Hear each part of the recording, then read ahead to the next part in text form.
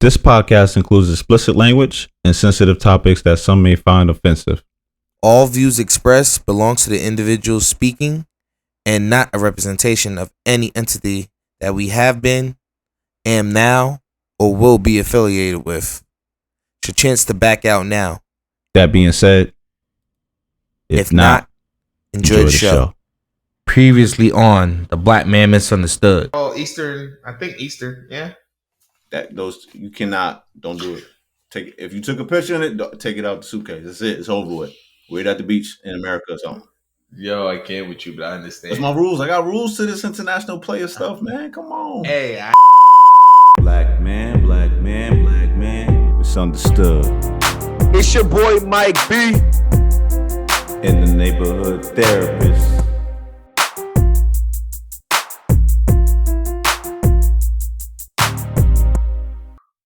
welcome back to the Black Man Misunderstood, where we discuss topics about the black man that others are afraid to speak on. I'm your host, Mike B, and this is episode 13 of season 4. 90s babies, intimacy versus isolation. Joining me as always, my brother. Justice Payne Tyson, the neighborhood therapist. What's good with it? What up, brother? And yes, this is a continuation of our 90s baby series, y'all. But I ain't even gonna start this off. I'm gonna just throw this to my brother to do his thing. Go ahead, man. Yeah. So usually we be having fun with the 90s babies. I mean, I feel like we're gonna have fun this episode too, but we gotta teach y'all something. I think it's teaching us ourselves too, because we living in it during this time. We just noticing it's a lot of people that's lonely. It's a lot of people that's not getting married. It's a lot of people that's choosing not to have kids. That whole spill. And we talking specifically about the 90s babies. They call us the millennials. I think it's geriatric millennials too, right? Yeah, they got different brackets for millennials. It's wild. It's a lot going on. But we wanted to speak specifically to y'all. So what I wanted to do is get into my psychology bag real quick. To make it make sense for a lot of y'all and just show y'all a different side of me, because y'all used to seeing me get on here and boom, boom, boom, boom, boom. Let me show you why I got a couple of plaques on the wall real quick. All right, so just bear with me on this one. All right, real talk. So Erik Erikson, this is a psychologist back from the 1950s, right? He came out with Childhood and Society. It was a book. So in the book, he described 8 stages of development, right? So I'm going to take you through 8 stages that we go through: the development, the conflict, the important events, and then the outcome. You ready? Yes, sir. Let's go. So he talked about infancy, birth to about 18 months old, right? So the conflict is trust versus mistrust. So basically, the infant is trying to figure out, do I trust you? Are you trustworthy? Some infants pull it off. Some infants, they grow up and they don't trust people. That's where your whole trust versus mistrust in adulthood leads to. Follow me. I'm already starting. Basically, what Erik Erikson is saying is, if you don't make it past one of these stages on your way of growing, you get stuck in that stage. So there are adults walking around right now at 35-year-olds that are still stuck in trust versus mistrust. In infancy, they were left somewhere and they didn't feel that love or that trust that they needed to feel. Right? Follow me. So that's the conflict, trust versus mistrust, right? The important event that triggers that is feeding. So breastfeeding, eating with your hands, anything like that. So the outcome is hope. If I trust you, I gain hope. Okay. That's stage 1. All right. Stage 2, early childhood. So this is about from 2 to 3 years old. All right. Autonomy versus shame and doubt. Autonomy, basically, you know what it is. You can maneuver on your own. You're your own person, right? Or you become shameful. You doubt yourself. Low self-esteem. See these air quotes going on? That's where that begins. I see where you're going with this, bro. Come on with it. Teach the people. Right. So the important event there is toilet training. Some of y'all learned how to use the toilet late. You may not remember, but if you ask your parents, grandparents, aunts, uncles, they'll tell you like, oh yeah, you took forever to use the toilet. Leads to willpower. Come on now. All right. That's stage 2. I'm gonna let you eat. Let's go into preschool. This is stage 3. It's about 3 to 5 years old. This is initiative versus guilt, right? This one, I don't think it get enough love, and I understand why, because a lot of people just pass through it. Real talk. But this is your exploration stage. This is when you're exploring things. You're trying to figure out who you are. This is your purpose. A lot. And now I've talked about this on the podcast. I'm about to blow your mind with this, Mike. I always tell people, I'll be like, yo, when I was younger, I always wanted to be a Power Ranger. You understand? Like real talk. I actually became a Power Ranger. I'm not going to speak about it on here or what I did before I became a therapist, but if you know, you know. I actually became a real life Power Ranger for the community. Like I really was that. Martial arts, the guns, all of that, like the suit, right? Real talk. I feel like that's because that was from my preschool days. That's what I was watching. Go Power Rangers! Hey, You know what I mean? taking it back, bro. Go ahead. You in your bag. So that's purpose, that's exploration. All of that is initiative versus guilt. School age, 6 to 11 years old. All right. Industry versus inferiority. This is when you go to school. This is when you build up your confidence. You know what I'm saying? Like, that's what that whole thing is. You either feel like you're inferior or you're part of a certain industry, right? Which takes you to adolescence. This is when stuff gets real. All right. Next stage, 12 to 18 years old. Notice the ages, bro. 12 to 18. That gap just widened, right? Now, I want you to, everybody that's listening, if you over 18, I want you to just take a moment, pause, and just remember 12 to 18. That's not just high school. That's not just like, that's like 6th grade or 7th grade to high school. Middle school, basically. Middle school, right? I want you to think about how wild that was for you. Just take that pause and think about it, right? And I'm about to mess your head up. This is identity versus role confusion. Exactly. Think about society. Exactly. That's the reason you laughing, because it must have hit you like a light bulb. Yo, facts. This is the crucial time when you're figuring out social relationships, right? But fidelity. You got to figure out who you are. And then if you don't figure out who you are within the midst of chaos, right, you have role confusion. I think there's a lot of that going on, but I'm going to just keep my mouth quiet until we're done. Go ahead, sir. Okay. Now, this takes us to the name of this episode, this next stage. This is a young adulthood. This is 19 years old to 40 years old. That age bracket is nuts. You hear me? How you jump from that to that is nuts. But listen, age 19 to 40 years old, that means, right, that's not just millennials.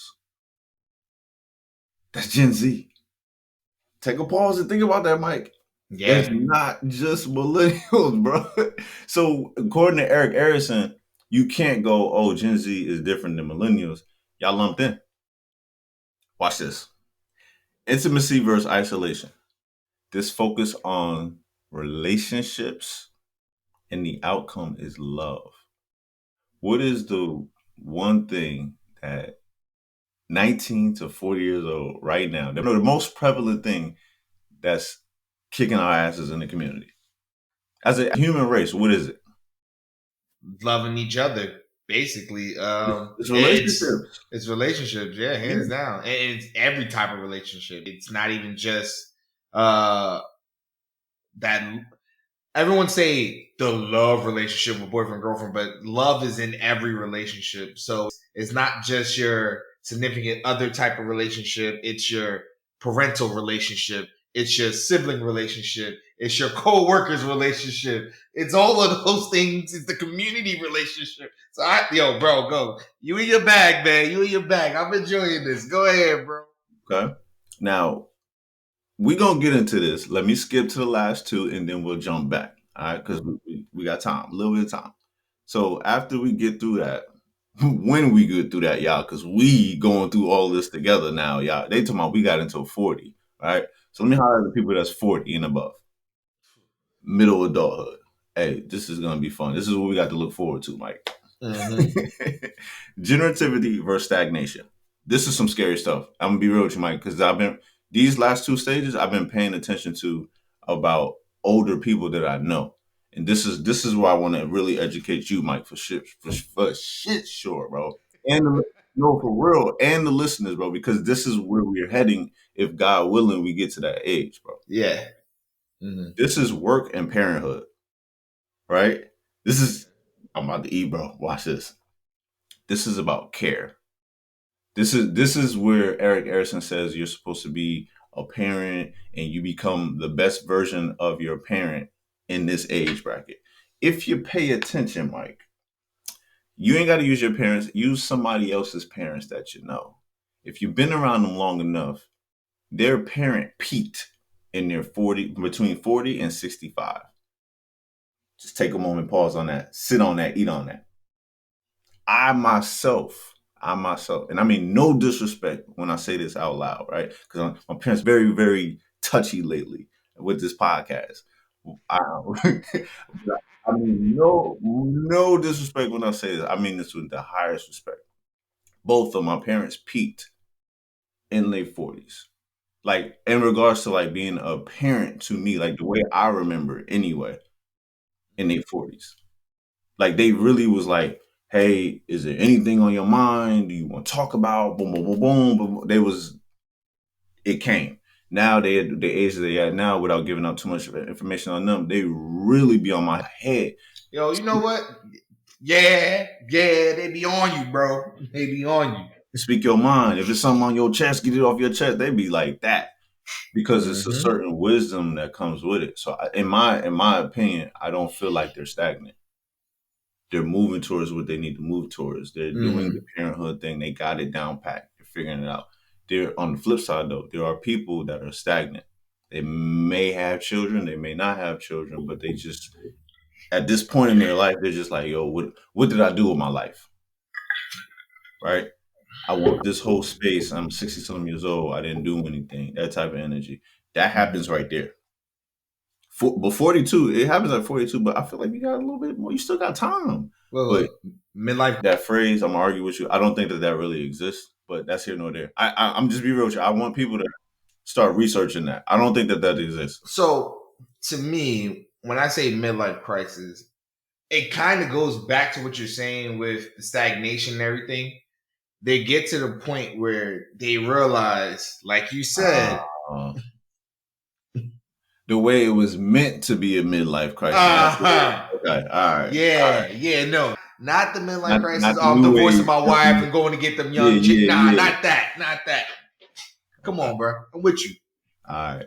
So this last one is the one that I be worrying about, believe it or not. I be skipping generativity versus stagnation. I know, I'm weird. I know. The last and final stage. This is the stage that like really I'm very cognizant of. Maturity. 65 years old till death. This is ego integrity versus despair. Reflection on life. This is wisdom. This is where they say you gain the wisdom. This is why since you've known me, Mike, since we've been like, I mean, you know me forever, but like I started talking about retirement at like 15 to you and the squad, right? Is because I actually read up on this at that age. Before I got to college, I knew about this.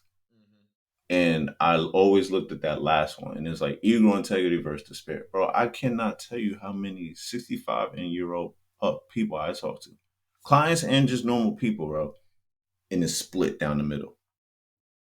Some of them, they be trying to give back to the community. They talk to me, you know, hey, you need to listen. This is what I went through when I was younger. This is how you don't do this. This is how you do that. You know, my uncle Owen, shout out to him, OG. Yo, he's to me, he is the best example. I'm not gonna give his age on here. I don't know if he wanted that out there. He's definitely up there, right? All he do is drop gems. All he do is give information back. That's all he talk about. I can't ever say that my uncle is sitting there in despair. I can't. He moved to his vibe wouldn't do that, man. His vibe wouldn't do that, man, at all. He still be on the treadmill. He still be working out. I'd be like, God, I'll be working harder than me, dog. I'll be like, so he's not in despair. He may whatever personal demons and things like that because we all got that, but straight down the middle, he's not on that side. But then I've met people the same exact age of him, and they're just like, I wasted my life. What's the purpose? I'm gonna die alone. I'll be like, what? Yep. That's nerve wracking to me. So I always think about that. If I'm blessed enough to get to that stage, I need to be living my life the way I want to live it now. Ain't no wait till later. Ain't no that type of thing. So I want listeners and viewers to keep that in mind as we about to dig into this, because this is why we're gonna go back to young adulthood, intimacy versus isolation. That's where we're at. One and two, we got to prepare for middle adulthood and maturity. So let this episode do that. We're gonna have a little fun, but we're gonna keep it real too. Any questions we get started, Mike, about that? Did I miss anything? You feel? Nah, bro. Handing out the knowledge, bro. You know I love this. Come on. Okay. All right. So this is what I want you to do, Mike. Given the information that I just gave you, I want you to really take a deep breath and really open up your mind. Think about the people you've met along your life and the people that you know right now that's in your life, bro. Now figure out where they fall in these stages and how they treat you. Your life should change instantly. Yo, it's like you said, it's one or the other with a lot of folks, and it's crazy when I actually like sit here and I'm actually thinking about it in real time. I'm looking at people's identity versus role confusion. I'm like, that identity versus role confusion is a big one, but to even go back, that trust for mistrust is a bigger one. The infancy? The infancy joint. Because I think about it like this is like, yeah, we have extroverts, introverts, and the one in between, ambiverts. Let me make sure I'm saying ambiverts, I'm saying it right. And like how we move, right? And I was having the conversation with my wife and my sister-in-law the other day, just having chit chat and talking to them, they realizing they're probably more of an ambivert because they can be extroverted when they need to be and introverted when they in their own space. Mm-hmm. And I'm like, to think about it, I think a lot of people are like that. I think more people are ambiverts than anything. Yeah, but you also got to be careful though, Mike, because they also have introverts now and introvert extroverts. They got extra stuff. Yeah, man, everything getting complicated, bro. But that's confusion. That's really interesting though. Yeah, it's really interesting. And then like, and I think like when you look at those ambiverts, it's like I think that's their understanding of trust and mistrust, right? They're like, I'm surrounded by family. All right, I trust these people, but when I go out into the world, I gotta mistrust other folks. And that's infancy. That's just infancy, which is crazy that starts that early. The identity versus role confusion, I think that's a huge topic today because we're trying to make up new rules for everything. That stuff that's been the same. I'm not saying that like everything needs to change, but we're making up new rules for no reason. Stuff works the way they're supposed to work for a reason. But people like to, I don't think that's right. That's something else. I'm like, nah, where you went wrong? Where did you go wrong? And with this, it's showing where they went wrong. So yeah. But I'm gonna be real. I feel like that's humans in general, bro. Cause like, all right, so infancy, right? Cause I'm gonna rock with the two you just brought up, infancy, and then you brought up what's that? Adolescence, right? So you got trust versus mistrust. I feel like for that, to give an example of that, people gotta remember. Think of a baby, like for birth to 18 months, right? Think of a baby, and now think of you reaching out to a baby. If the baby reaches out to you, it trusts you. If you reach out to the baby and the baby just looking at you like no, or they start crying, the baby don't trust you. Yep. Okay. That's the example for that, right? Let me jump to adolescence. identity versus role confusion. I'll use myself in this instance, bro. I was 100% trying to figure out who I was from 12 to 18, right? I don't think I actually figured out who I was until I was about 16. That's a long gap, man. You know what I mean? Whereas you got somebody like my father, he had knowledge of self. For those of you who understand what that is, then you know, he had knowledge of self super young. Super young. That's his story to tell. But just know in adolescence, he had knowledge of self super young. So I got it a little later than him. You see what I'm saying? So his identity was established and he just kept establishing it, doing what he was doing. Whereas mine's, on the other hand, I had role confusion from age 12 to 16. So that means I'm trying to figure out what I like, what I don't like. And then remember, you got peer pressure. So you got the people around you that's like, nah, that's not cool. This is cool, right? And then I always bring up, since this is 90s babies, we got to remember the episode where we talked about we was in the school 13 playground and we started playing Beyblades. And everybody, the girls and the fellas was like, yo, y'all are corny, y'all are nerds, y'all lame for this, boom, boom, whatever the word was back in the 90s. We was that until we wasn't. And then all the cool kids wanted to play Beyblades. All the shorties wanted, all the girls, the honeys, whatever we called them back then, they wanted to play. Show me how to do it. And then now exposing something, we was a little fast. The girls, oh, show me how to do it. We get behind them. Yeah, you do it like crazy. Let it rip, I'm just saying, we have fun. You remember, Mike?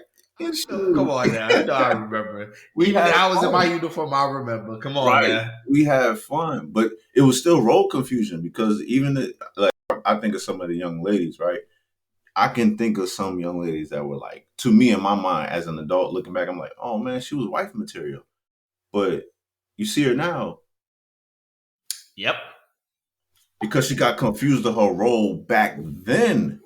She was giving it out to this one, that one, because it was cool to do that for whatever it was with her. And now you see her today, and you're like, dang, wasted potential. Like, what happened?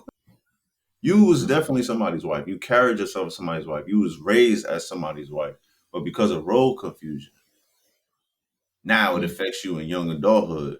And then we got intimacy versus isolation. You're not intimate with anybody anymore. You're isolated. And now you're on the social media talking about something, I can't find love. Dudes ain't ish. Blah, blah, blah, blah, blah. And people don't understand it came from that. Yep. Not to mention other influences, but yes. Of course, yeah. But I've always been intrigued by Erik Erikson. There's two things. If you ever want to know how the neighborhood therapist really gives it up in therapy, you go to Erik Erikson with that, and then you go Maslow's hierarchy of needs. Those two things have always intrigued me, bro. Because if you really sit back and look at those two things, you really look at humans and you go, yo, this is who we are. And then of course Sigmund Freud with the mommy and daddy, the complexes. I'm not gonna go into that today. That's a whole nother bag. Yeah. But let's talk about the dating world, man. Intimacy versus isolation, bro. Let's have some fun. Yes, sir. Come on, let's get into it. Why are so many people choosing to be alone? Or are they just lonely? So, my whole opinion, when I saw this question and you wrote this, I always thought, I'm like, I would say that they're choosing to be lonely, in my opinion. I don't think it's just being lonely anymore. When we speak about isolation versus intimacy, right? Because let's look at those people. Let's look at some of those individuals instantly, right? The woman who can't find a man, right? Or say she can't find a man. Does she have a close? No, not a close. Does she has a healthy friend group? Because you can get intimacy from your friends, but it can also be the wrong intimacy to put you in that isolation mode for yourself. Right. So I always thought about that. Cause I don't want to put Big Sis business out there. I ain't gonna say her name. You just gonna say Big Sis. Oh, you only got one big sis. I would use somebody else for you to get your head knocked off. Bruh, Keisha ain't gonna care. I know my sister. Okay. She ain't gonna care. My sister ain't lonely. My sister ain't lonely. She got healthy relationships with each one of her brothers, all her friends, the ones. I don't. This is a personal thing with me too. I like to compartmentalize my friend groups, right? Or organizations. Because people they think they're one thing and put themselves in a different box, and they ain't that box. Oh, talk to me nice. Okay. Right? So my sister knows who she is, Okay. what she wants to do, what she deserves. So my sister ain't never lonely. So no role confusion. No role confusion. My sister good. So intimacy for isolation for her, I ain't gonna give her age, but she's good. She ain't having that problem. I know my sister ain't having that problem. I know she ain't having that problem for years. Okay.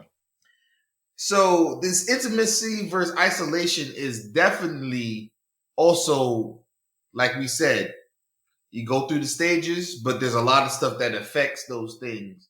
And having good relationships with other individuals can outweigh some of these circumstances sometimes when it comes to that relationship, intimacy, peace.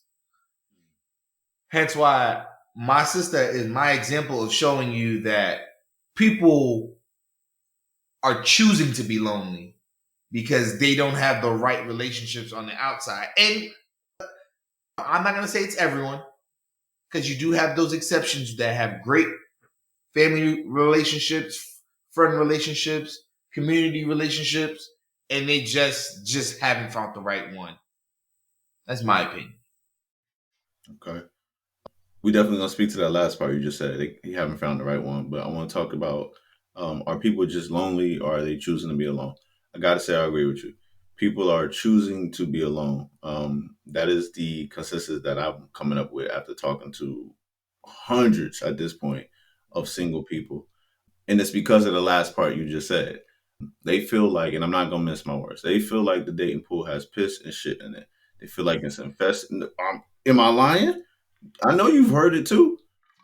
They feel like there's nothing in and the person that they're looking for is swimming around them. So as somebody that is certified, a big homie, and I'm not being humble with this, a OG, I'm saying what I'm saying, okay? Come I'm on with one it, of the bro. big dogs when it comes to marriage counseling, couples counseling, just the overall gist of that. The thing that I see is that I'm meeting phenomenal women and I'm meeting phenomenal men. I'm also meeting some crap pieces of crap. I'm gonna say that nicely, right? But the phenomenal men and the phenomenal women, they're missing each other. They're not they're not in the same rooms at the same time. And then another thing that's happening is now I'm gonna just use let's say a brother, he's a phenomenal brother, right? And he's giving up. He's like, man, all these girls want to do is this, social media. I gotta make 200K a year, right? He's saying all this thing. He's like, I just want to find somebody to love me for me and let's elevate together, that type of thing. The sad truth is, this is my personal opinion, right? The sad truth is, I think we might be beyond that. The elevation, hear me out, it's just an opinion, hear me out. In your 20s, you're afforded that. From about 18 to about 24, you're afforded that opportunity of I gave it 26, but yeah, I'm with you on that. like 26. Yeah, I'm gonna rock with 24 though. I'm going somewhere. yeah. 18 to 24, right? You're afforded that. Let me get to know you. Let's build together. Oh, we both ain't got it together, or one person got it together. I'll lift you up and you lift me up. Like that whole kumbaya, let's get it together Let's out the build it mud. together. Yeah, I think that's around the age where you can do that. Once you hit 25, that's why I said 24. Once you hit 25, it splits down the middle. See, like 18 to 24, it's a unison thing. It's like it's an unspoken thing. Like, we can do this. No problem. We got years ahead of us. We can do it together. We got time. Once you hit 25, bro, it goes down the middle. Certain 25 years ago, man, I'm 25. At this point, you see what I'm saying? And then other 25-year-olds are hopeful. That's what my brother Mike fell into. I think that's why he threw out that 26. Mike was in that category. He was hopeful, right? That's why he went that way. But it splits down the middle, bro. And I think at that point, where we're at right now in our 30s, us in our 30s, that 25-year-old is now with us in our 30s, and they looking at it for what I feel it is. Yo, if you got your own at this point, and you do happen to find somebody from now until whenever, listen, y'all gonna have to get a prenup. And every time I say it to somebody, people skin crawl. They look at me like I'm crazy. How can you be a marriage therapist and you recommend something like that? Because I'm realistic. Listen, bro, we are 30 something years old. We have built a career by ourselves alone. I'm not talking to married folks. This is not our conversation right now. Okay. I'm talking to the single people. The single people that's out here getting it, striving to figure it out, going through the mental health counseling by yourself. You're not going to that with nobody else. You might be inviting parents, a cousin that you got beef with or something like that, but you're doing the work. So why in the world now in 2024, the craziness of society that we live in today, would you go into a relationship talking about, oh, I love you, what's mine is yours and yours is mine? After the stuff that I came up with by myself. Just do a prenup. You gotta do a prenup. And I'm telling you, that's what's disrupting a lot of the relationships as they try to get into marriage. But I'm gonna get there. Just hear me out when I'm saying this too. I'm preaching to somebody right now, okay? If you are in a certain age bracket, I'm gonna say if you over 25, bro, at this point, and you haven't found the person, when you do find the person, y'all sit down, y'all have a business transaction, y'all really have a conversation. Get a prenup. Because you've worked your ass off to get to this point, but you had to do it dolo. You had to do it dolo. So if there is a chance, right, that y'all don't work out, y'all leave with what y'all came with. You understand? Y'all are no longer at that age where y'all can say, oh, we elevated together, we got it together, we got it out the mud. That's not here. So, I see your point. I understand that. Mm-hmm. I have a caveat to that, though. Talk to me. So, I would say for that mindset right there, right? I think you're specifically talking to a certain single. I don't think you're talking to every single. I think you're talking to singles who are about their business, right? Yeah. And they got all their stuff together, because we know if that person finds someone that's just like them talking prenup, in my honest opinion, less likely to happen because they trust that other person has their own. You get what I'm saying? That's part of the problem, but go ahead. Yeah. But more times than not, they don't find someone that's just like them. They find someone that may be a lot lower or still on that come up stage. And they're like, they don't trust versus mistrust. Trust versus mistrust. I get you. Me, and this is just me coming from the Christian side of things, right? And back.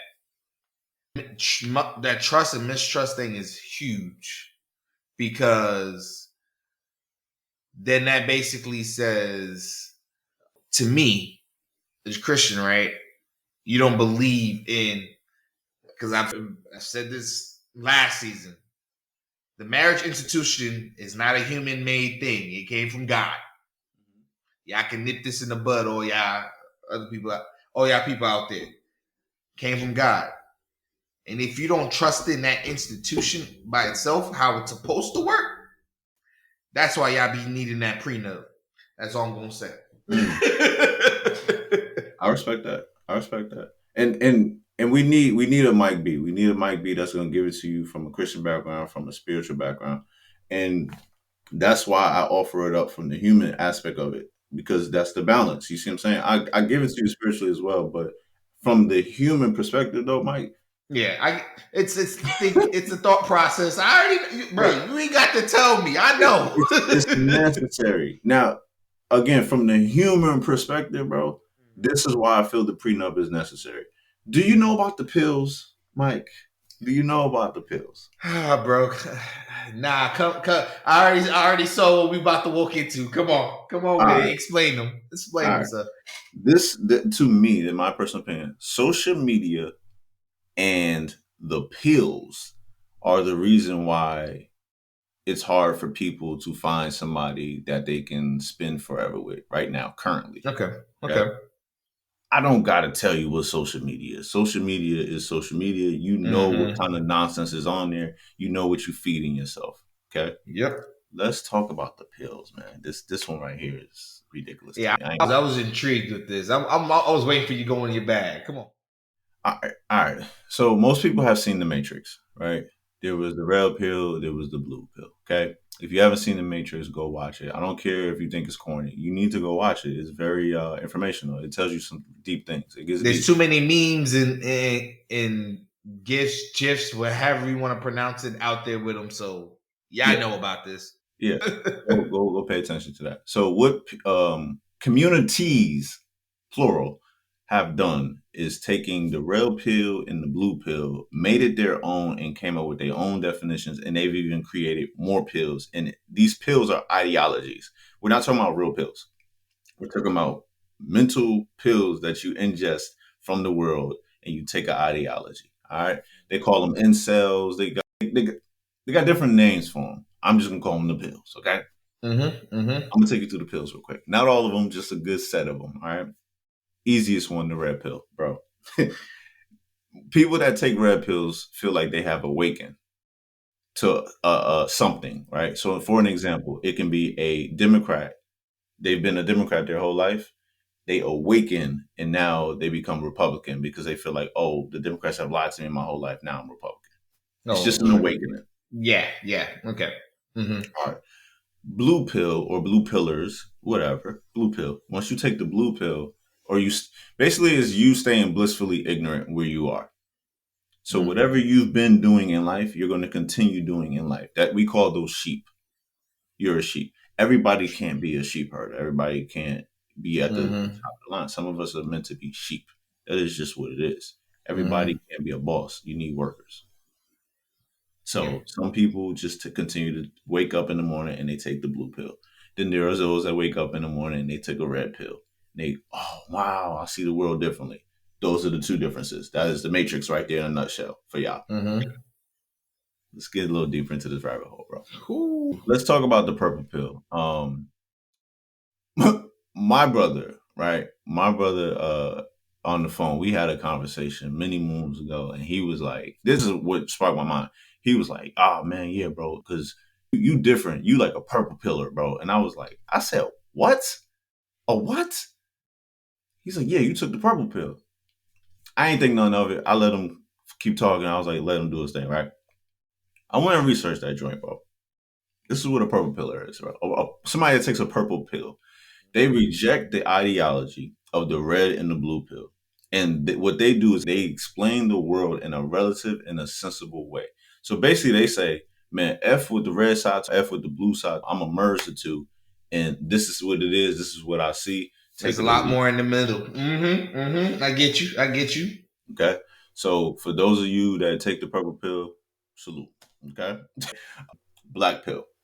These are people that feel that the system is too far gone to change. They are hopeless. These are the depressed people. Nothing's going to change. No matter what we do, it's staying the same. And then you got the white pill. This is optimistic. I fully believe in the group that I am a part of. These are, dare I say it, MAGA. Let's just have a real conversation. We're talking about it. Hey, come on, bro. Speak. I'm not going to get too political, but regardless if they are right or wrong, as a totality, because they are a part of a group, role identity, role confusion. I think I'm talking a little bit too much. Anyway, MAGA MAGA feels they are optimistic about the future as long as A certain somebody, outcome. right, Mhm. certain outcome. They fully believe in that. They have taken the white pill. That doesn't mean they're right. That doesn't mean they're wrong. But in their minds, they're right because they're optimistic for the future. The reason why I brought up these pills is because all of this is kicking our asses in the dating community. 100%. You have people that fully live and die by these pill ideologies, and then, oh, men are supposed to be doing this, women are supposed to be doing. You have so many different ideologies now in the world, not just America, in the world, battling each other. So you might meet somebody and you be like, oh man, this is who I've been looking for. And then y'all open your mouths and your ideologies be slightly different, just slightly different. But because y'all don't agree, oh, you ain't for me. Man, our grandparents, our parents, our great grandparents, they didn't agree on everything. Come on, you about to take us to the next point, bro. Go ahead. They didn't Go agree ahead. on everything, man. And they figured it out because once upon a time it says opposites attract like magnets, bro. But I don't know what's happened, bro. If me and you don't agree on something, now I gotta hate you. You are op. You the opposition. Listen, man. Bro, it's funny that you're talking about this. I literally had a whole I literally just did a whole conference, and that was one of the pieces that someone said, bruh. It was a leadership conference, and that was one of the things they said. We can't. We're disagreeing in the wrong way. Yeah. But why you gotta die about that? Why we gotta break up about that? Why can't you know what I mean? Oh, why you Mike been toxic his whole life because he's never agreed with me. Huh?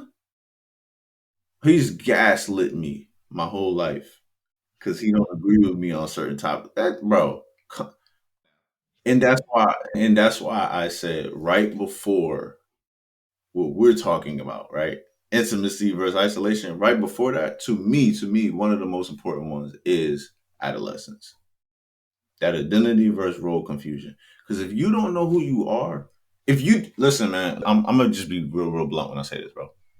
If you are over 25 years old and you don't know who you are, you're confused right now. You're super confused right now because society is confused as a whole. As a whole. Single life versus married life, bro. Who's happier? Trick question. So this is a trick question, right? And I'm gonna say this first before I go into the answer. In both lives, you can be happy, right? It's how you look at things. But the true answer, honestly, is the single life. Happier. You want to ask me why? Absolutely. Why? So, in the single life, you're worrying about yourself. So, there's times where we talk about self and it's supposed to be healthy, and there's times where we talk about self and it's not healthy. Mm-hmm. So, when you're looking at a worldview and you talk about self, it's not healthy because you're supposed to always keep in mind how it can affect others with certain things. Cool. But inward self is when you're focusing on, yes, your happiness, but I think people tend to look at happiness in a wrong way. They tend to look at happiness like, oh, am I happy with my material items? My car, my house, my apartment. Am I happy about the job that I have? Yeah. No. When you focus on what makes you happy, self-wise, the thing that you want to really look at is, are you happy about the energy that you're putting out in the world? And when I mean that, that comes back to purpose. That comes back to whatever you believe in. And then that comes back to the community thing. So single people should be happy because in my opinion, you said that a lot of these singles issues is that they're looking, they can't find. Mm-hmm. You wouldn't have to look so hard if you're doing what you're supposed to do. That's up for debate. But I hear you. No, hear me out. If you're doing what you're supposed to do, right? Doing your business and it's helping the world be a better place, all that good stuff, right? That's going to put you in the opportunities to meet other individuals. Now it's up to you in those moments to take those lenses off of just looking at it as business and be like, oh, I can see this as a potential mate. I agree. So single people, in my opinion, should be happier because they have more opportunities to interact with all different individuals with no questions asked. Now, married life. Not saying you can't be happy, but married life ain't just about one person. Mm-hmm. It's two individuals becoming one. So Mm-hmm. there has to be conflict. Mm-hmm. And that's what people forget with marriage. There is going to be conflict. It's not sunshine and rainbows over here. So yes, they may not be happy with as a single life, but their happiness is when they're working together even through the conflict. So yes, you can be happy as in married life, but I'm saying as being single, you're happier. And that's the only difference. Not saying that the level of happiness in marriage and the happiness of a single life is like there's levels to it, because you can see some couples who aren't as happy as someone that's single, and you can see some single people who aren't happy as being in a marriage. Perspective. Respect. I don't even know why I asked the question because I don't know if it can truly be answered. I like your perspective though. I do think the image, when you see somebody single, the image of it seems like they're living life, they're having more fun. But then I take myself to my own marriage and I'm like, but I'm having fun too. I'm happy too. I'm at peace too. So I don't really know. I really don't know. I think it has its pros and its cons, man. But who's happier? Overall, I think I'm gonna disagree, Mike.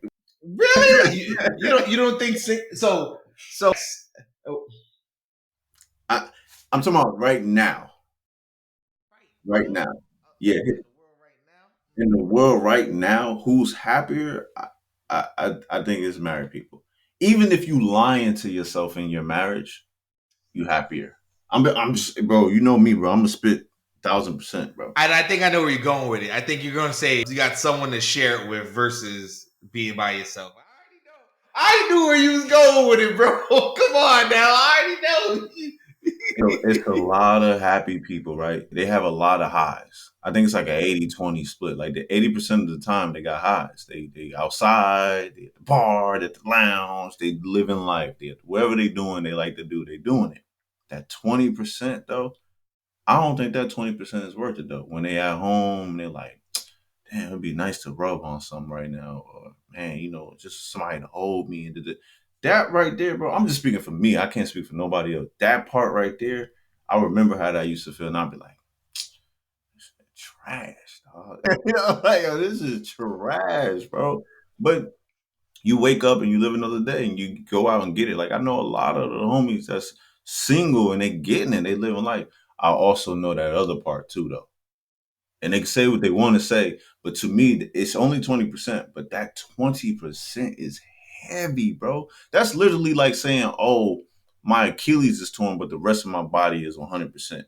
Bro, if your Achilles torn, you're not playing no sports. You said that's my point, bro. It's a 20% piece, but it's huge. That's why I feel like, yo, I'm gonna be real with you, bro. I think married people are overall happier. I think that single people have more fun. All right, but And I think the difference here is how I talked about single life and how you're talking about it. You're talking about enjoying life, yes, and I said that enjoying life, but I think I was more so focused on having to deal with the other person, the conflict piece of everything. okay, That's the part I was focusing on. Okay, So yeah, it's An opinion of two ideas. Yeah, That's yeah. literally that's literally all it is. But no, I see your answer. You see my answer. We both on it, bro. Hey man, 90s babies, man. It's all Yeah, good, man. man. What's up? Bring up So 90s babies. You got an interesting thing you want to talk about. Talk to me nice. leaving single. In the How 90s in the did world. yup. How do living single, a different world, Mm. and in living color affect our views on relationships? Those are three of the major TV shows of the 90s that I've just mentioned. There's plenty more, but I mentioned those three. All right. So you want to go first or you want me to go first? You go first because I already know where you're coming. I want your piece first before we get into the back. I alluded to it earlier. They have different types of millennials. I think it's like geriatric millennial and young millennial, whatever they got. Okay. I feel like this is, and I mean, no disrespect when I say it, because I don't even know how it's meant to be taken, but this is a part of the geriatric millennials generation, bro.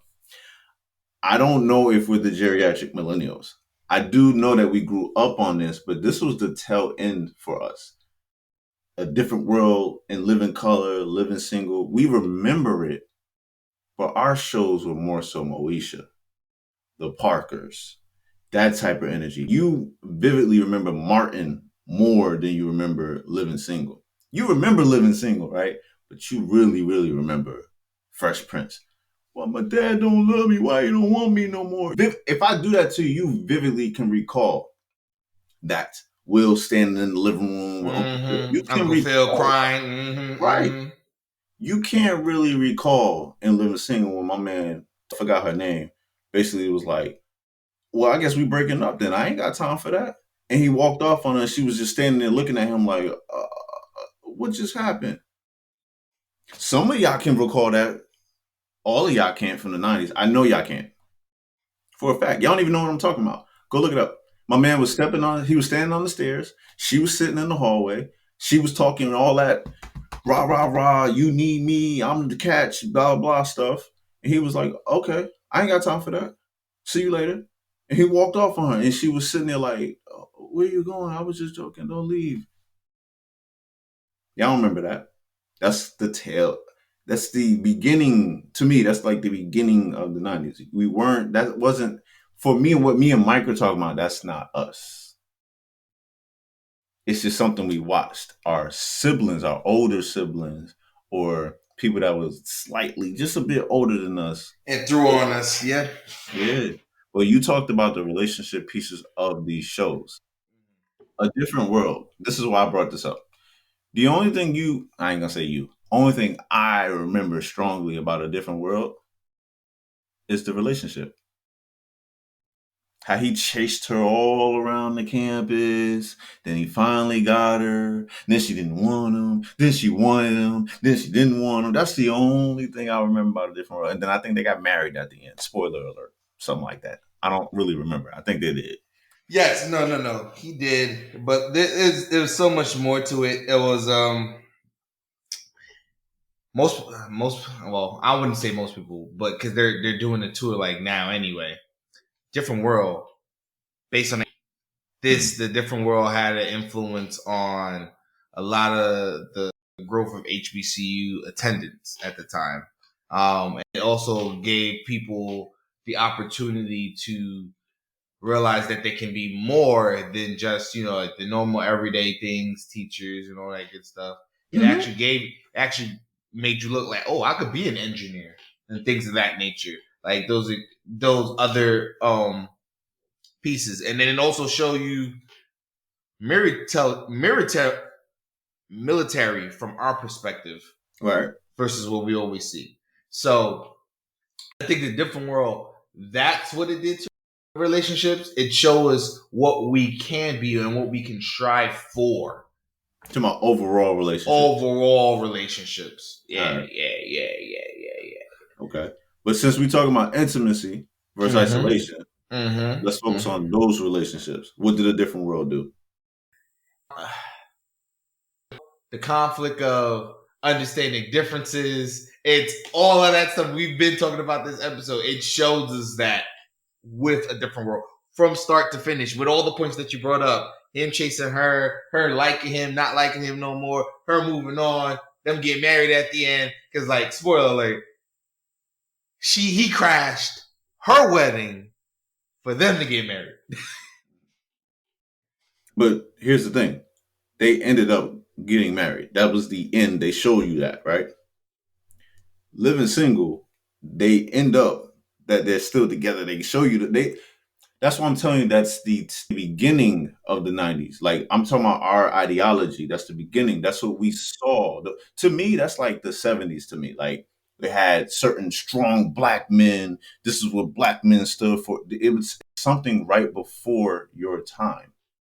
You were alive before you saw it, but it was right before your time. When we talk about intimacy and isolation, bro, I'm going to just be real with you. I don't feel good saying this out loud. We are talking about Moesha. We talking about the Parkers. We talking about the Fresh Prince of Bel-Air. We talking about Martin. Bro. What about Girlfriends? Girlfriends. Listen to me. What do all those shows have in common? I'll wait. Taking too long. Nobody stayed together. That's the point. Now we're going to talk. Now we're going to have a conversation. Even in Martin, right? If you want to look at it from a show standpoint, fine. But even in Martin, towards the ends of the seasons, they weren't even in the same frames. Yeah. You see what I'm saying? So we have been trained. I'm talking about 90s babies. Watching our shows are considered Moesha. Because I really feel like a different world was, this is just me. But the shows that we watched, even all that, none of that stuff showed a mom and a dad. It shows separation. Now look what we got. And we watched all those shows in adolescence. Wink, wink. Identity versus role confusion. So if you watching that and you ingesting that the whole time, this is before social media, right? That was our social media. That's what we're ingesting. We're ingesting how to have conflict, as you say, Mike, in our relationships. Get together with this person, leave them. You don't like them. What is it? Hakeem and Q beefing over Moesha. That was crazy to us, dog. That was crazy to us. But we living that out right now. What's up? Talk to me nice. Now I got a big question, bro. Since you brought that up, do you think that affects why you're still married? Those shows, you watching your parents, you watching the people around you be single and be lonely. You watching other couples, they may not be the happiest, but it's better than the alternative. Have a real conversation with me, Mike. Why you still married? And do me a favor, because this one is an obvious one. Mm-hmm. Because it's your ordained wife and God told you to be there. We got that. I'm talking to the human right now, though. That's what you got the ascension for. You gonna just chop me at the knees right now, huh? All right, go the human route. Let me hear something. I'll go a little bit. So, when it comes to marriage, right? A lot of these shows bring up a lot of these different thoughts anyway in your head. I would say people don't say them out loud sometimes. People keep them to themselves. But, bro, I honestly can't say anything else. You know what I'm about to say. It goes back to my foundation. I really, in my honest opinion, my foundation trumps all those shows.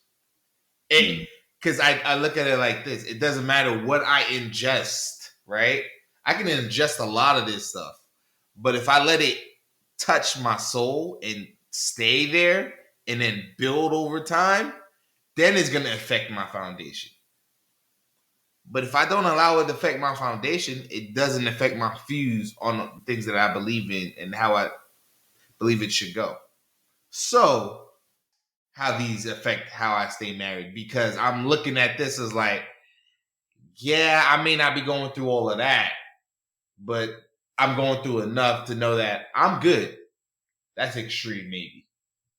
That right there, I could take that piece. Maybe I could do something a little better because maybe I'm not doing everything that I'm supposed to as a husband. it's like knowing, it's like using our eyes and views and basically what we grew up, isolation versus intimacy is and understanding everything that we're, and be like, okay, I'm taking that true pill, the blue pill, where I can take pieces and not just, oh, all of this. Oh, this is how my marriage is gonna be. Nah. That's what that is. That's the answer you're looking for. So I'm gonna summarize what you said. And again, listeners, there's nothing wrong and there's nothing right about what Mike said. This is his opinion. Don't be trying to flame my boy up in the comments, all right? But you said something that puts you in a box. I ain't gonna lie to you. Yeah, that's You right. said, I'm taking the blue pill. No, The no. blue pill. I said, Yeah, that's what you said, bro. oh, no. I didn't mean to say blue pill. I'm saying, I said I'm taking stuff from the blue and red pill. No. I said I was taking the purple one. That's what I said. So you feel like you take the purple pill? Yeah, because I look at the world in a relative and sensible way. So I know where stuff makes sense and when stuff don't make sense. That's what I said. You probably only hear me say blue pill, but I was referring to the purple pill saying blue and red. Got you. Okay. Yeah. All right. Yeah. I ain't look, I ain't putting my, nah, you good? I still gotta make this make sense, right? Yep, go ahead. Your foundation is Christianity. And because your foundation is Christianity, no matter what you ingested, no matter what is going on in the society, it doesn't truly affect your marriage. It only affects your marriage from a standpoint of, I got to do this better, or, oh, that's a good idea. That's what you're saying. Mm-hmm. Okay. Mm-hmm. All right.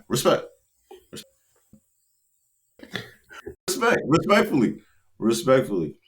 I do some of the same things. I do look at the shows. I do look at my parents and aunties and uncles, all that stuff like that. I look at all of that. But the question is, did any of this affect why I stay married? Yes, 100%. Because I think about, let me snitch on myself.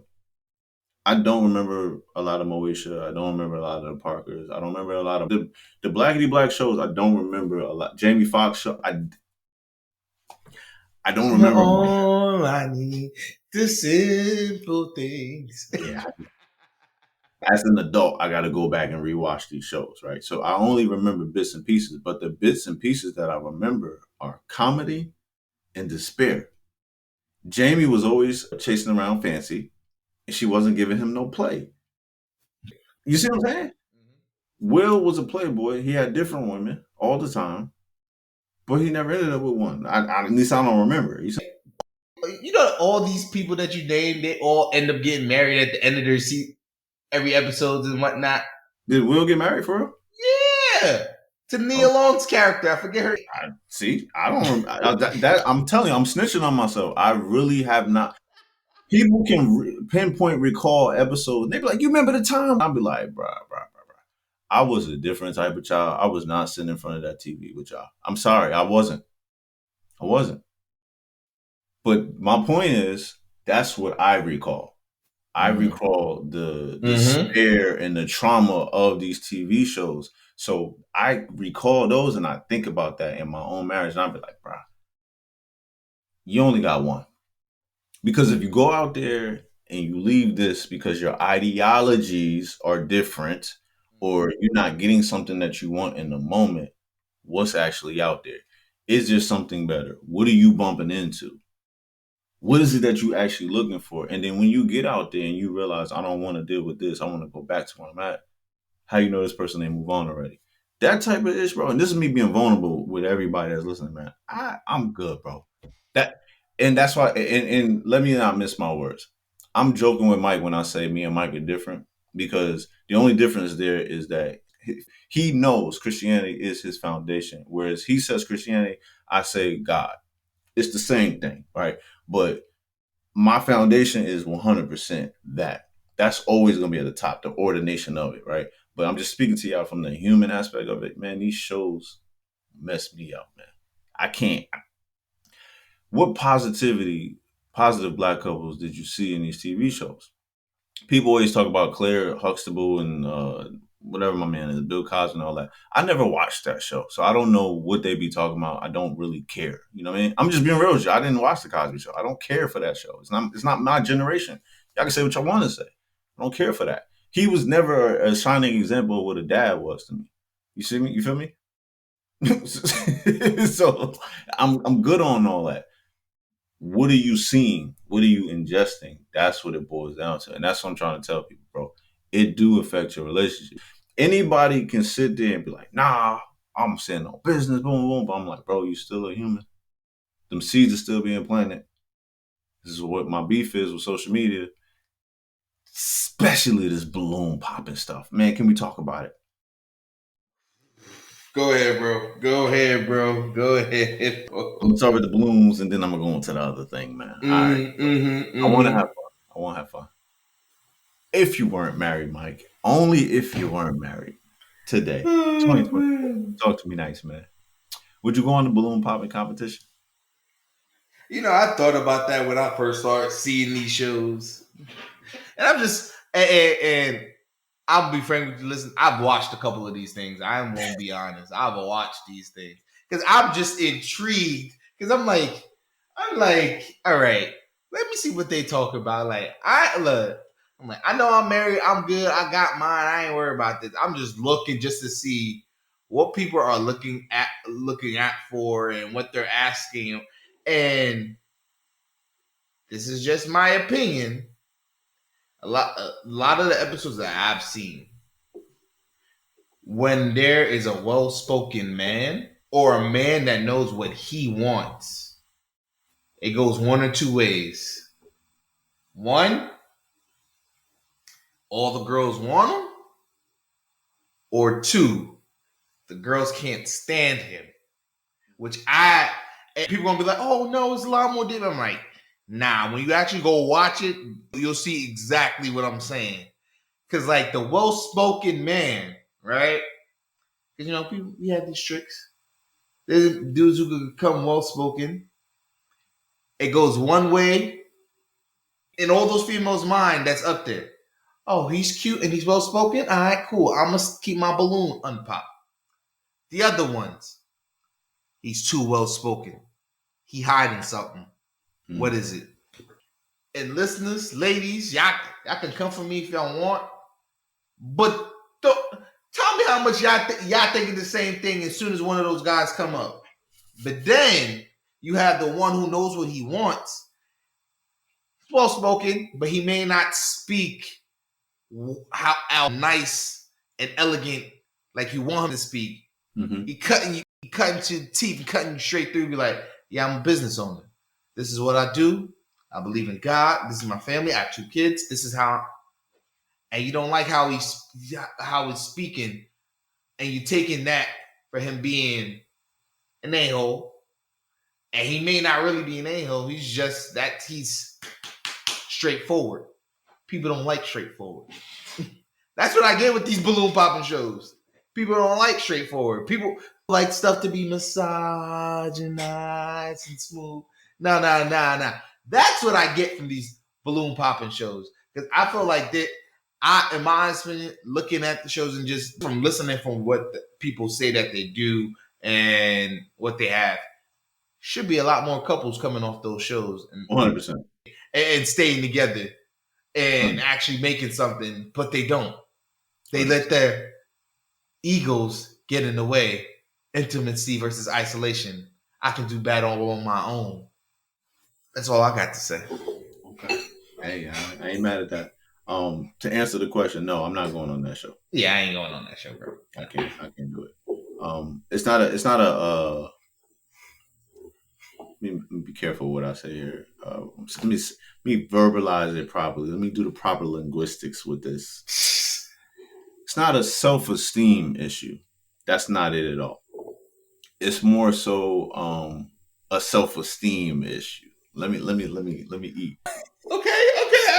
I'm intrigued. Go ahead, bro.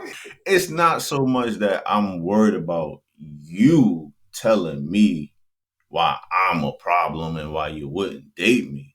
It's more so me, who I am. This is not how I want to meet my wife. not gonna meet her on no game show. You feel me? And this is what I strive to preach and teach to clients and anybody that will listen that's looking for love or just looking to date and things like that. It's the difference between dating and linking up. The balloon popping show for me is for link ups. You like what I got on? You like what I'm talking about? Da-da-da. Let's link up. And link up is not just sex to me. This is just my opinion. Linking up is having a good time, getting to know each other, just vibing, having a good. I just got somebody to vibe with. Back in the day, way before our time, 70s, 80s, our grandparents would say, "This is my little friend. This my little." Yes. That's what I'm talking about. That's what I think of when I see the balloon joint. I'm like, oh, you looking for a special friend. Some you can hit, some you can have a good time with, some you can enjoy. Even though they say they want marriage, but yeah. Mm-hmm. You don't want marriage going on YouTube and popping balloons. I get it. We in a new era, so things are going to look different. The world changes, so do things change. I'm going to stay the same. That's not it. That's never been it. You don't go... Listen. I'm trying not to hurt nobody's feelings. You don't go to the bar to look for a wife. You don't. It don't make sense. You don't. And I'll say this just as a caveat. You don't go to the bar to find a wife. But if you just happen to find one at the bar, that could be a totally different situation. Because the person going to the bar to find a wife is actually looking at the wrong women, in my opinion. Where is a single man and a single woman, they just happen to notice each other at the bar. Exactly. That's a different animal. Exactly. It's about the intentionality. You intentionally went to the bar to find a wife. Is you intentionally going on a balloon popping show? That makes no sense to me. Just call it for what it is. Entertainment.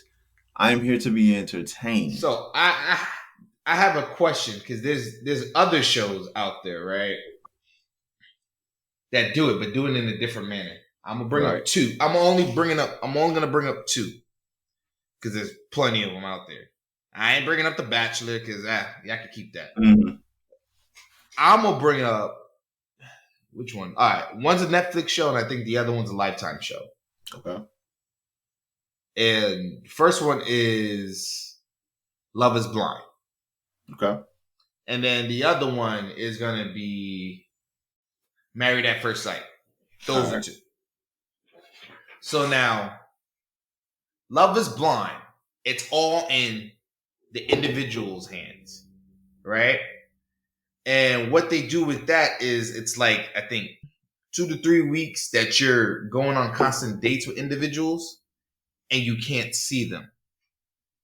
You're just having conversation, talking about life, talking about your purpose, talking about what you want in life, which I think is actually smart. Married at First Sight, you have experts that you talk to.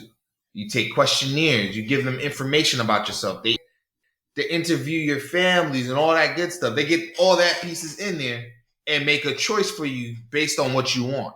Mm-hmm. Now, these two shows, if I was single, I could potentially see myself going on one of them, right? Because the process of it all is actually getting to the core of the individuals versus what I see. Okay. Right? And I think those shows, even though they're probably people would say, oh, they're in the same line as a balloon popping show. I'm like, but is it really? Because these individuals get to the nitty gritty questions and we're only shown pieces of it. We're not even shown everything. The balloon popping show, I'm almost certain we're shown the entire thing of a conversation because everything is right then and there.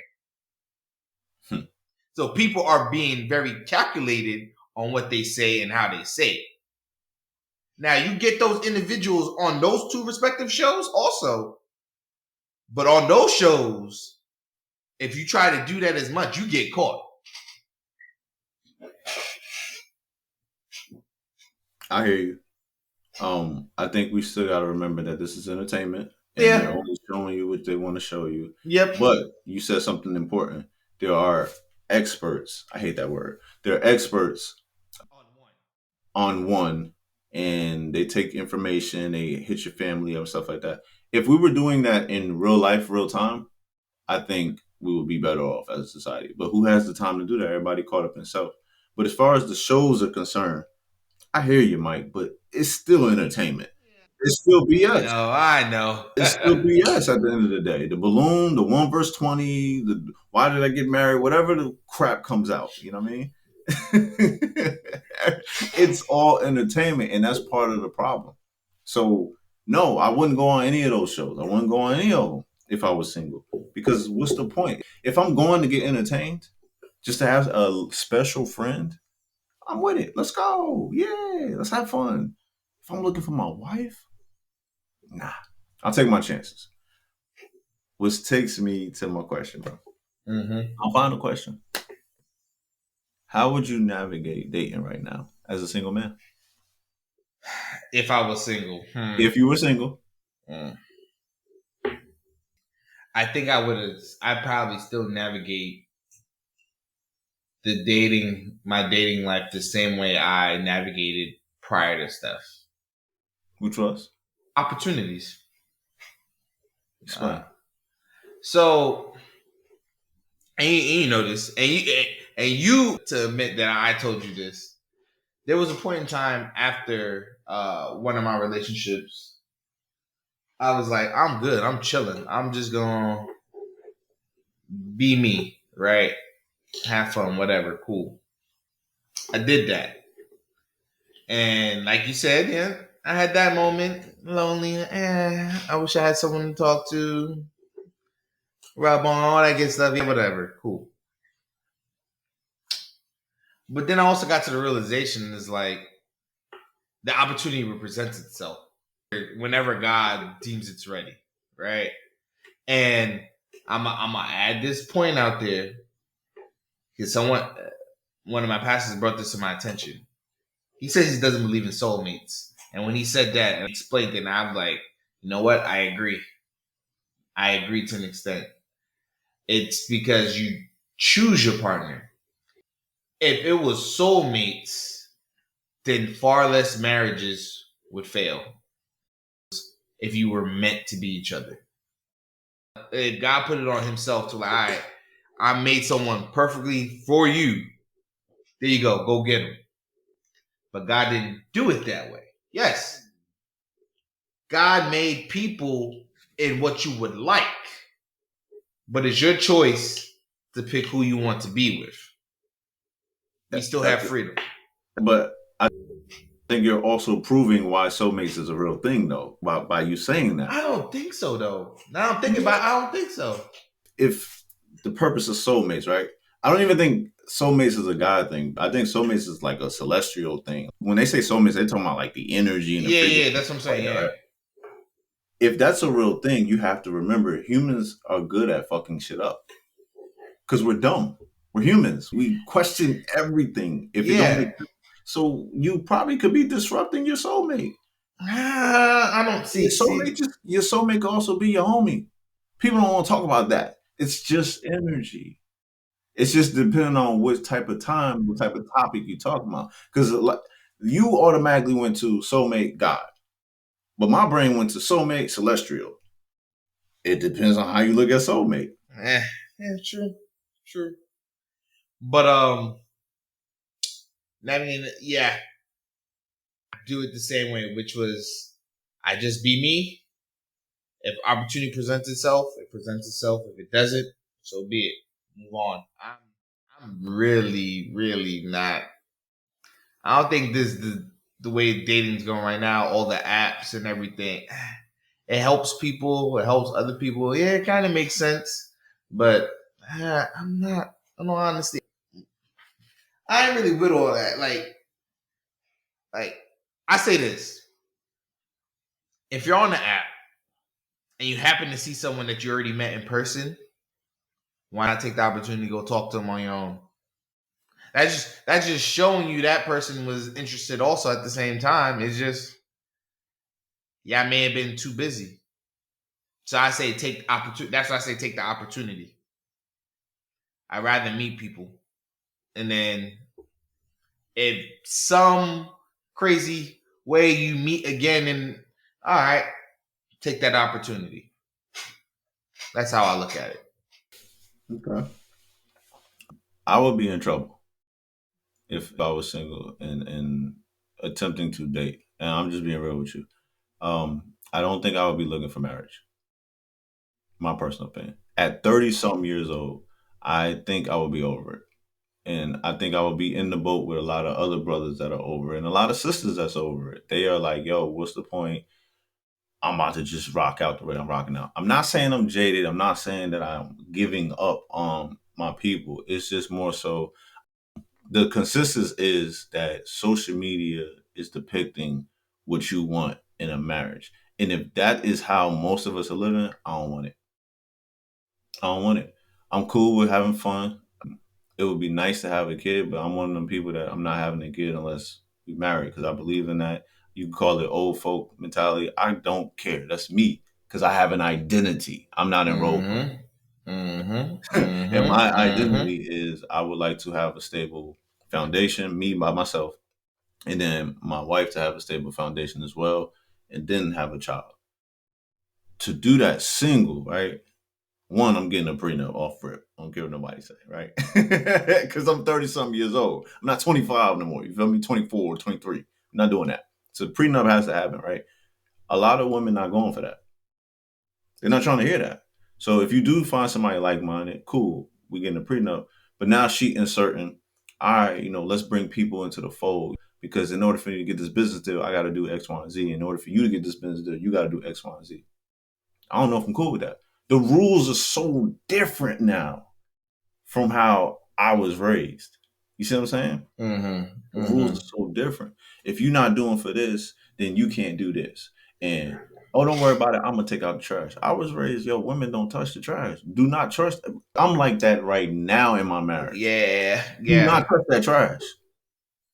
Don't touch that trash. I'm serious, bro. I handicap my wife in that type of aspect. And that may not be the proper word, so my apologies, but I don't allow my wife to touch the trash. There are moments she still fight me and she try to take out the trash. But I'm just saying, as a single, now picture, just hear me out, bro. As a married man, if that's how I am, right? Can you picture me single? I was raised different. I'm like, you ain't got to touch the trash. I got it. What you think this is? You think I need you? See, and that's the thing about need or anything. It's just we trying to do what we believe that should be done for you. It's how you should be treated. It's a whole psychology thing, man. It's an ideology thing. Yep, and that's what I'm saying. Too. I'm being super vulnerable with you. I don't think I could last in this new dating market because my ideology is so 1973. It is. Nah, I hear you, bro. I hear you. My mother tell me all the time, boy, why you act like you so old? I just be like, Mom, I don't know what to tell you. Like, you feel me? Like, I don't know. But that's my answer. I couldn't do it, man. I would have fun. I would dib and dab. If a female's like, yo, I love your energy, I love your vibe, maybe we could do something. But to say that I would get down on my knees and pray and ask the Lord, is this my ordained wife? I don't know if I would do it, bro. That's me being vulnerable and real with you, bro. I don't know if I would do it. It's rough, man. I listen to people, man, my heart break for them, man. I'm like, damn. You meet somebody, you spend 2-3 years with them, right? And this happened in real time, bro. People 2-3 years with this person, and then they switch. It's like it was like a mental condition there, and it was dormant, and then it came alive. I'll be like, yo, this is too much for me. All the the apps, swipe left, swipe right, all this psychological damage that does to us as humans. I don't think we think about all that. Just like pop the balloon. Poop. Yeah. Bro, I gotta think about all that. I'm in the psychology field, bro. People don't pay attention. When you swipe left on somebody, you are training your brain to go, this person don't have the physical qualities that I want. They not good enough. What?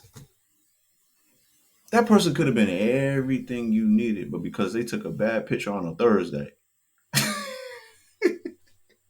Yo, bro, you're talking right. But as we wrap this up, you got any advice for the brothers and the sisters out there? As a married man or as a single man? Oh, as a married man, of course. Okay, so as a married man, and I'm basically giving out advice to brothers and sisters. All right, let me speak to the brothers first, man, because again, my ideology.